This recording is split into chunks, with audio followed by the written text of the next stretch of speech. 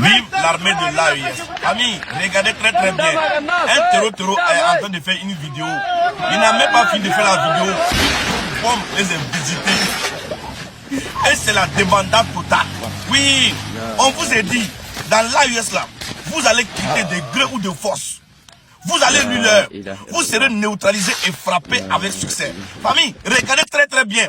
Un terreau qui est en train de faire une vidéo. Il n'a pas fini la vidéo. Non, il n'a même pas eu le temps de finir la vidéo. Une petite bombe les a visités là-bas avec succès. Et les opérations se poursuivent. Vive les FAMA. Vive les FDS VDP du Burkina Faso. Et vive les FDS du Niger. Ça, on vous dit, la force unifiée de l'AES ne va jamais négocier avec les terreaux. Oui, l'AES ne négociera pas avec l'ennemi. Jamais. Pas de négociation. Vous allez lui leur. Vous n'avez rien vu d'abord. Ils sont en train de faire une vidéo que non, Allah Akbar. Ils n'ont même pas fini de dire Allah, bam. Ils sont neutralisés et frappés avec succès. Et je vous rassure, les rescapés là, les rescapés que vous voyez, celui-même qui est en train de courir avec la caméra, il a été neutralisé et emballé avec succès. Et les opérations se poursuivent. Vous ne pouvez pas fuir. Non. Dès que l'albinos noir vise sa cible, non, il ne rate pas sa cible. L'albinos noir a frappé tout droit sur l'ennemi.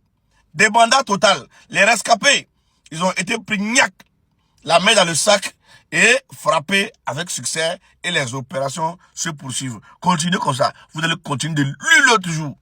Ce qui se passe au Mali en ce moment est une trahison pure et simple. Toutes les enquêtes le confirment. La France et l'Ukraine sont derrière une tentative de déstabilisation, voire de coup d'État à Bamako. Mais ils ne sont pas rentrés par la grande porte, ils sont rentrés par la petite porte, le Maroc.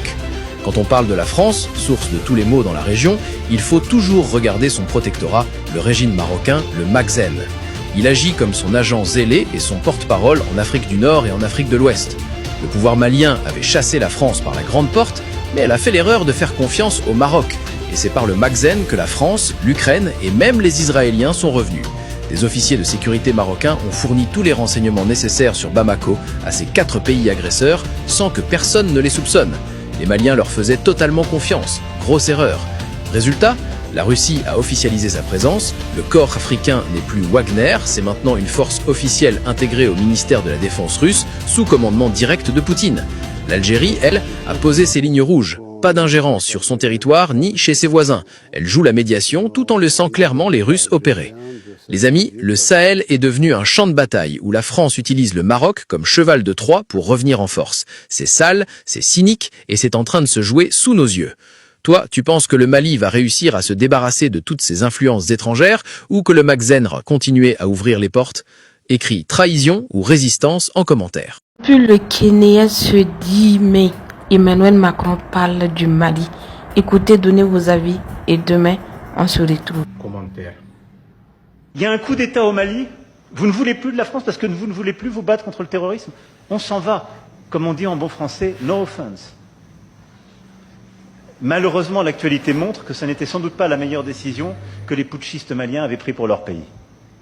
Et je veux ici saluer la mémoire de nos soldats, tombés trop nombreux, pour la souveraineté et l'intégrité territoriale du Mali entre 2013. On a souvent voulu renvoyer la France à un précaré, l'Afrique française, francophone. C'est d'ailleurs pour ça que, dès après-demain, nous tiendrons ce qu'on appelait naguère les sommets France-Afrique. On le tiendra à Nairobi et on l'a appelé ça, pardon Madame la Secrétaire Générale, le sommet Africa Forward.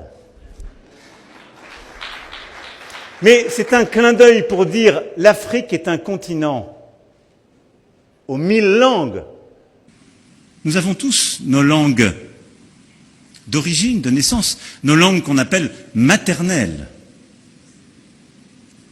Mais le français, grâce à la francophonie, est devenu une langue hospitalière, prise par d'autres, réinventée, ce qui fait que la langue française, grâce à ce qu'est la francophonie, est une langue où le français de l'académie se bouscule avec le wolof, le haïtien, le congolais, l'anglais, et tant de langues. Et ces mots voyagent, parce que cette langue voyage, et je l'ai souvent rappelé, l'épicentre aujourd'hui de la langue française est sur les bassins du fleuve Congo. Elle n'est pas sur les quais de la Seine. Parce que c'est là qu'il y a le plus de locuteurs.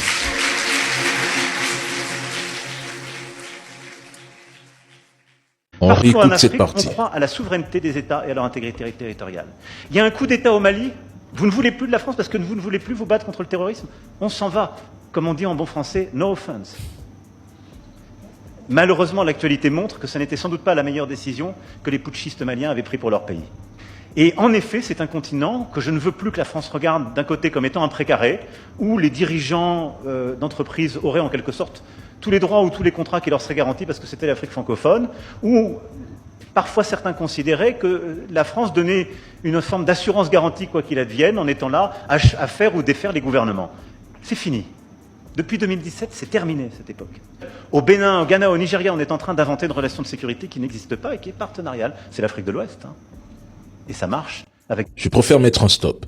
Chaque fois que le président Macron prend la parole, j'observe surtout ses micro-expressions et toute la communication non verbale que son corps dégage.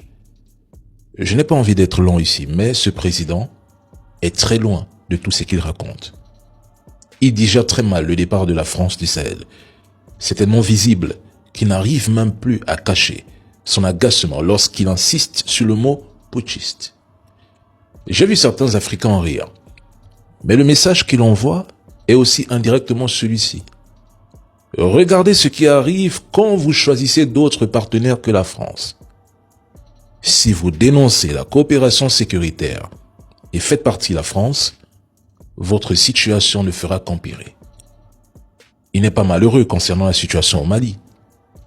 On ressent même dans sa posture et sa communication une forme de satisfaction concernant l'attaque terreau du 25.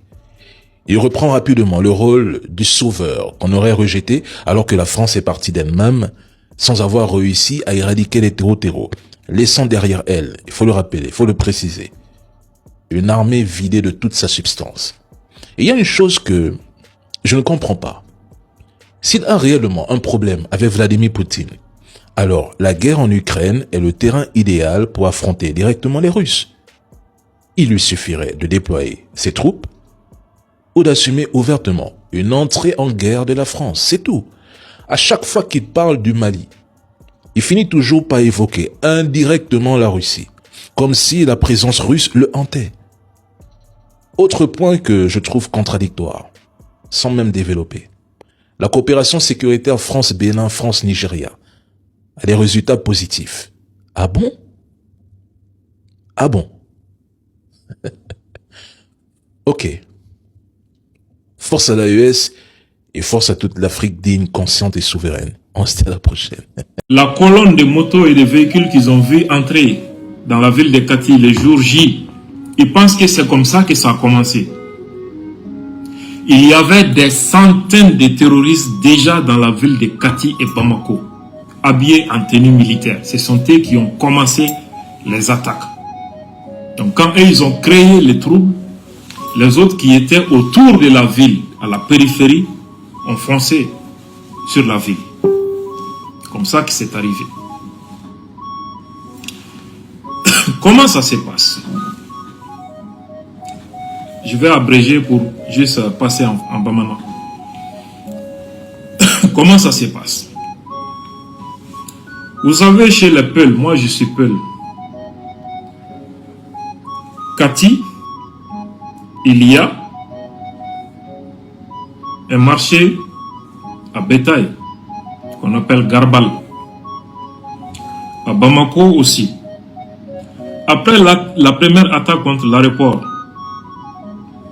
et les écoles de la gendarmerie, le gouverneur a pris la décision de délocaliser tous les Garbal. Mais il a fallu attendre 1 an avant que cette décision ne soit exécutée. Quand ils ont dégagé ces endroits susceptés d'être des nids des terroristes, quelques jours seulement après, l'attaque du 25 avril est survenue. Le médecin après la mort. Comment ça s'est fait, ces infiltrations? L'infiltration à la fois des combattants et des armes. Majoritairement, comment ça se fait?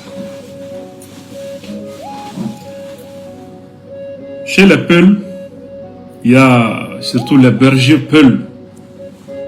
Il y a une pratique qu'on appelle tchakal. Le tchakal, c'est...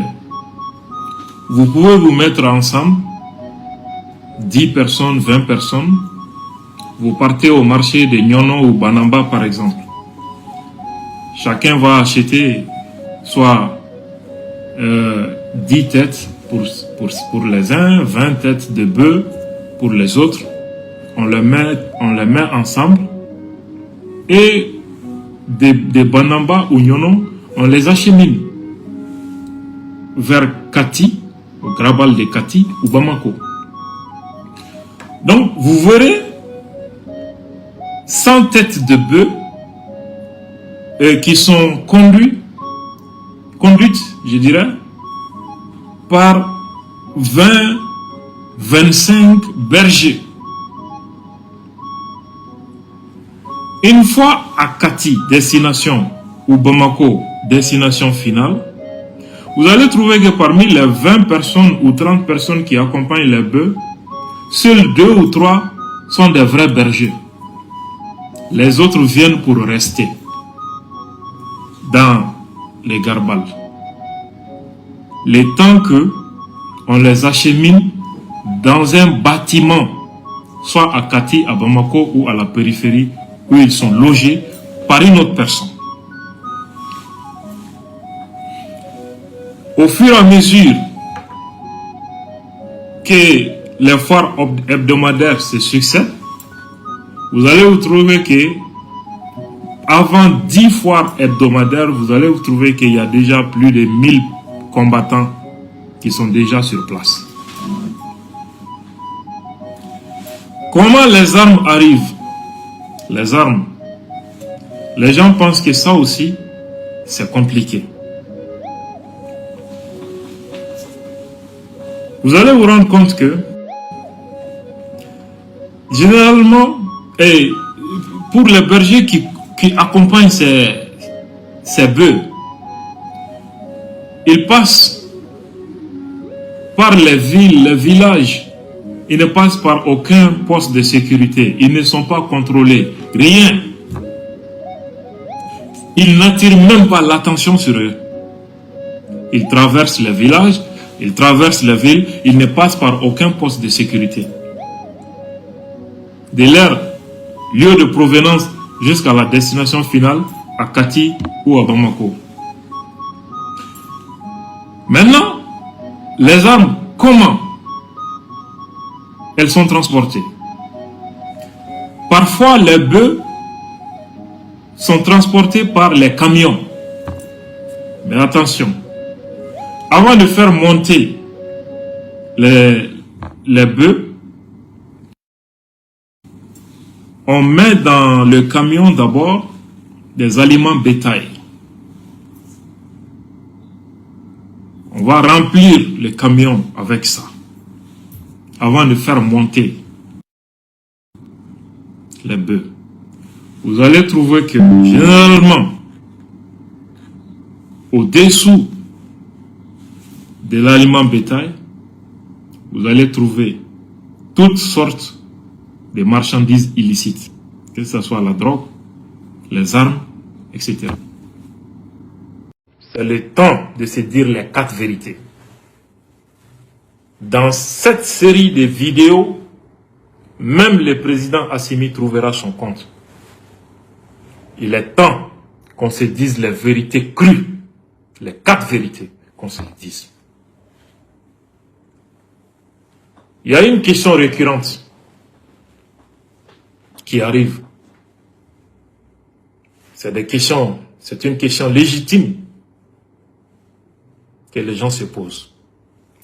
Comment des centaines de terroristes ont pu s'infiltrer à Bamako et à Kati.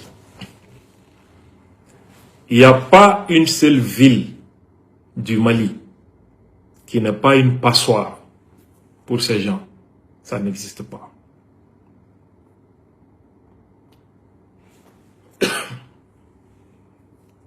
Pourquoi? La raison est toute simple devant nous. Personne ne se sent concerné par un danger qui menace la nation. Le danger est considéré comme tel quand ça concerne ta propre personne ou ta famille. Mais jamais quand c'est l'ensemble national qui est menacé. Aucun Malien ne se sent directement concerné. Voilà l'état d'esprit du Malien. Voilà l'état d'esprit. Ce qui fait que les agents publics, ils ne sont pas tous, mais la majorité, dans les postes, dans les frontières, au niveau des frontières, au niveau des postes de sécurité. Les agents sont là. Un véhicule arrive, l'apprenti descend, il donne 5 000 ou 10 000. Pour qu'on ne fouille pas, on passe automatiquement. L'agent est là, payé par l'État pour veiller sur la sécurité publique. Voilà son comportement.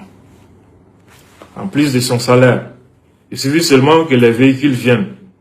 Donc, par jour, si 30 véhicules passent de cette façon, et que chacun paye 5 000 ou 10 000 par jour, lui, il a 130 000 ou 200 000. Il prend ça, il met ça dans sa poche et il laisse le véhicule passer. Les terroristes sont dedans, ce n'est pas son problème. Les armes sont dedans, ce n'est pas son problème. Il les laisse passer. Dans une telle ambiance, dans un pays ainsi corrompu, surtout quand la corruption atteint l'appareil judiciaire et sécuritaire, qu'est-ce qui est encore étonnant? Qu'est-ce qui vous étonne en plus? Sauf si on est hypocrite. Quand on n'est pas hypocrite, on ne peut pas dire qu'on est étonné. Connaissant ces réalités qui sont monnaie courante dans notre pays, il y a plus de 40 ans. Vous voyez ces terroristes et tous les ennemis du Mali, ils n'ont aucun respect envers l'administration publique, envers le Mali, parce qu'ils pensent que l'administration malienne est comme ça. Il suffit seulement de leur jeter l'os, ils prennent. Pour des miettes, on compromet la sécurité de l'ensemble du pays. Plus cette situation perdure, plus un jour ils sont capables d'aller tuer le président juste dans le palais présidentiel. Voilà comment ça arrive. Comment ça arrive? On pense que c'est quelque chose à négliger. On pense que c'est pas grave jusqu'au jour où des moins que rien vont assassiner le président dans le palais.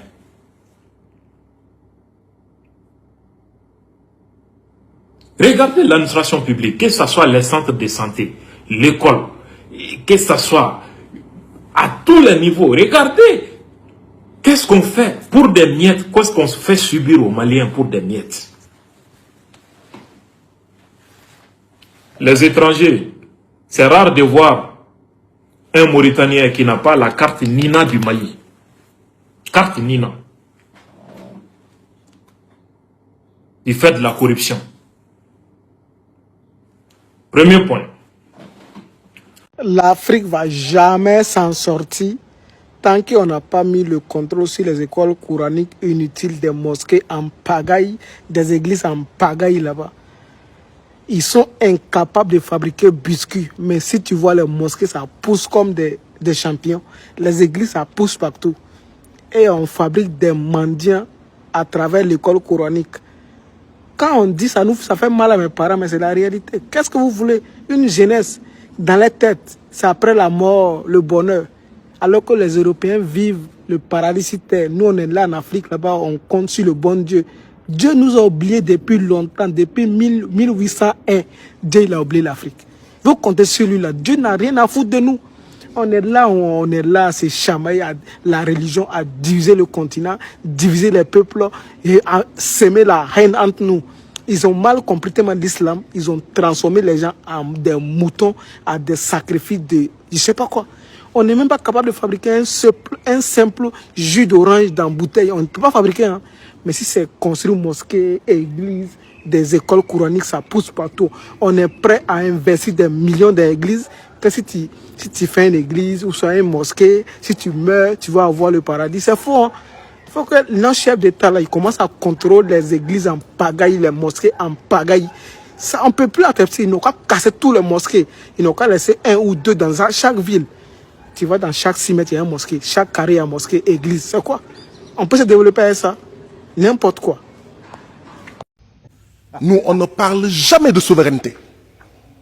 C'est comme si nous étions encore, non pas dans le réveil stratégique, mais dans le sommeil stratégique. Tant qu'on ne se battra pas pour ensemble être souverain sur le plan de la sécurité, de ne pas avoir besoin de la France, des États-Unis ou d'un autre pays pour bombarder des terroristes, avoir la souveraineté sanitaire, ne dépendre de personne pour soigner nos populations, pour donner à manger à nos populations, pour éduquer nos populations. Parfois, nos budgets nationaux d'éducation sont inférieurs au budget de certains parents pour envoyer leurs enfants dans les universités étrangères, tant qu'on ne se prendra pas en main. Si les Européens parlent de réveil stratégique et de souveraineté, nous, de quoi est-ce qu'on devrait parler? On n'en parle pas. C'est comme si on évitait soigneusement cette question. Je pense qu'il est temps que l'Afrique de l'Ouest parle de souveraineté. L'armée russe à Menaka, précisément au Mali, à la recherche des terreaux. Oui, l'armée russe est en train de patrouiller au Mali à la recherche des terreaux. Mais là, jusqu'à présent, on ne voit pas des traces des terreaux. Les médias menteurs, les médias propagandistes ont dit que les Russes ont fui Mali. Regardez très bien, ici c'est Menaka. Les Russes sont en train de patrouiller à la recherche des terreaux. On ne voit même pas aucune trace des terreaux. Ils ont détalé tellement que l'armée russe a frappé à Kidal, tellement que l'armée russe et les femmes ont frappé à Menaka. Actuellement, aucune trace des terreaux au Mali. Ils ont fui et le reste, vous savez où ils sont partis. Le drone les a frappés avec succès. Mais ceux qui ont fui là, les rescapés là, ils ne vont pas aller loin parce que le Mali est encerclé maintenant. Oui, personne ne peut sortir. Ils seront neutralisés et frappés avec succès et les opérations vont se poursuivre. Tous ceux qui disent que non, les Russes ont fui Mali là, regardez très bien. Oui, c'est de ce 10 mai 2026. Les Russes sont en train de patrouiller à Menaka. Regardez très bien. C'est récent. C'est aujourd'hui même. Les Russes sont en train de patrouiller à Menaka à la recherche des terreaux. On ne voit pas les terreaux.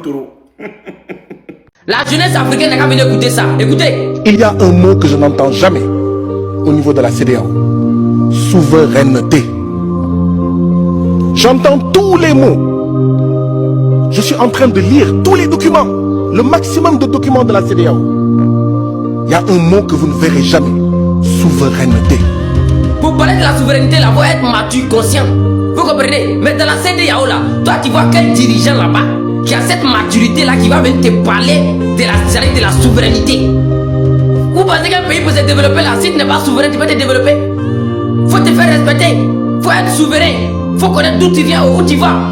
Vous comprenez? Donc pour parler de la souveraineté là, les dirigeants de la CEDEAO vont jamais te parler de la souveraineté parce que eux là, ils sont toujours prêts à se rabaisser auprès du maître. Ils sont toujours prêts pour exaucer. Ils sont toujours prêts pour obéir aux autres. Mais qui n'a qu'à venir parler de la souveraineté là-bas? Qui ça? Là, dit crédit qu'elle est patron. Mais lui-même là, c'est qui ses patrons lui dit là? C'est qui le colon lui dit là? Voilà pourquoi chaque fin du mois, le obligé d'aller en France pour aller prendre des ordres là-bas. Donc dans la CEDEAO là, il n'y a aucun dirigeant de la CEDEAO qui va te parler, ça dit de souveraineté. Ils ne connaissent pas la signification. Voilà, il y a d'autres qui sont assez matures, qui connaissent ce que ça signifie, mais non pas qu'est. Ok, merci famille d'avoir suivi la vidéo. N'oubliez pas de vous abonner, de liker, de partager la vidéo au maximum pour que les autres aussi soient informés. Dites-moi vraiment ce que vous en pensez de cette situation dans les commentaires. Et on se rattrape la prochaine fois pour une nouvelle vidéo et plein d'informations à venir. Donc, ne ratez pas cette information. Et puis, abonnez-vous, activez la cloche de notification surtout. On se capte surtout à la prochaine fois.